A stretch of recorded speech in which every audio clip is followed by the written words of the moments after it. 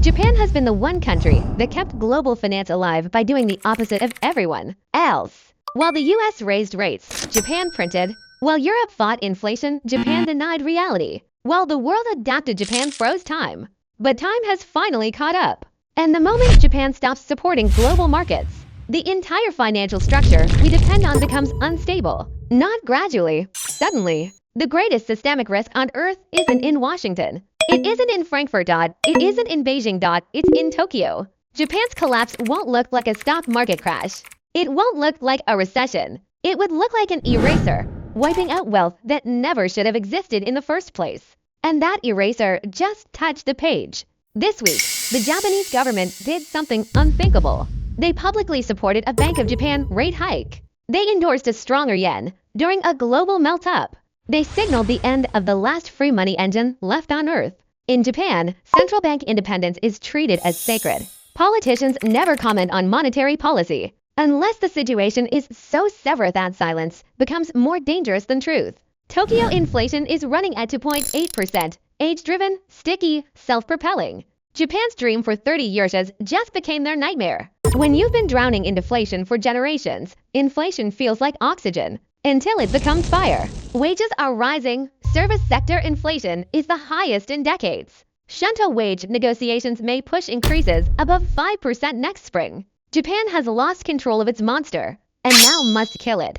And that requires one thing, a stronger yen, which means high rates, a bond market in revolt, an end to unlimited liquidity. 10-year Japanese government bond yields just surged to 1.935%, the highest since 2007. The yen has already jumped 6 to 7% in a matter of weeks. And the rate hike hasn't even happened yet. This is just the tremor, not the quake. The real quake begins December 19th, when the BOJ pulls the trigger officially. That decision will hit global markets like a tsunami, because there is a $20 trillion fault line beneath our financial system. We call it the yen carry trade. Borrowing yen cheaply gives buying risky assets globally, gives profiting from leverage. It made investors think they were brilliant, but they were just riding a wave they didn't understand. Every tech boom since 2010, fueled by yen. Every crypto cycle, fueled by yen. Every liquidity flood that made risk feel safe, fueled by yen. The Nasdaq isn't a tech index anymore. It's a yen exposure chart. Because here's the brutal truth. When the yen collapses, gives Nasdaq explodes higher. When the yen rises, gives Nasdaq bleeds, not opinion, math. Every 1% yen strength forces $200 billion, $400 billion in leveraged unwinds. So far, we've already moved half a cycle, and nothing has started yet. This will not be slow. Japan doesn't trigger volatility. Japan releases suppressed volatility. That's been building for a decade. Think of a spring, compressed for years. Now snapping back. August's mini crash. That was just a warning shot. This time, positions are larger. AI hype is peak euphoria. Retail believes tech can only go up. Risk management is dead. History suggests 18 to 30% drawdowns in weeks, not months, weeks. And that's just equities. Crypto, built on the same leverage, same oxygen, same faith that money is free. Small caps? Zombie companies drowning in debt will meet refinancing at higher rates just as liquidity disappears. Real estate. Japan is the world's largest foreign holder of U.S. assets. When their yields rise, capital comes home. The unwind doesn't stop at one market. It cascades. Because leverage doesn't unwind neatly. It unwinds violently, all at once, with forced selling. There's a reason Reuters wrote, the weak yen is a ticking time bomb. And that bomb has already been armed. But here's what almost no one understands. Japan isn't choosing this. They have no escape route. Their national debt is over 260% of GDP. Their population is collapsing. Their pension system relies on bond prices never falling. Their exports collapse if the yen rises, but their domestic economy collapses if it falls. Japan must pick which part of its economy dies first, and they have made their choice. Gives the global bubble dies, so Japan can breathe.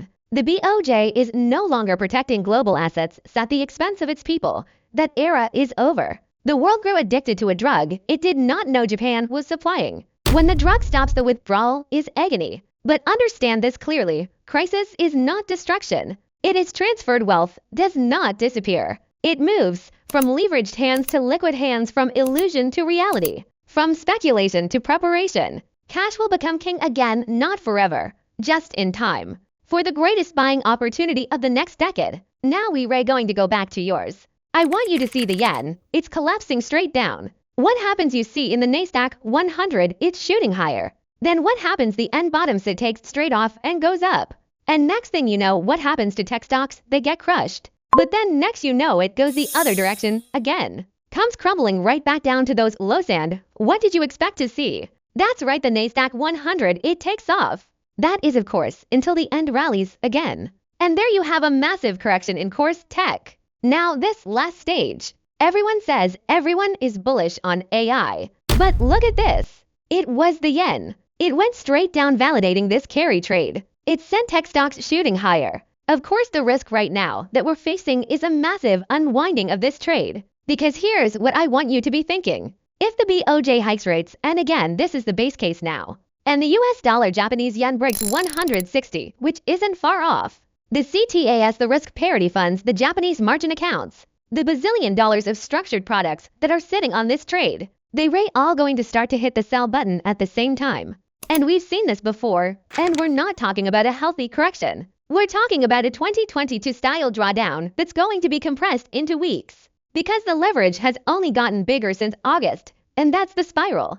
There's 2 weeks left on the clock, and almost nobody is positioned for it. Now the Bank of Japan is almost certainly hiking. In December, the government has given them the green light.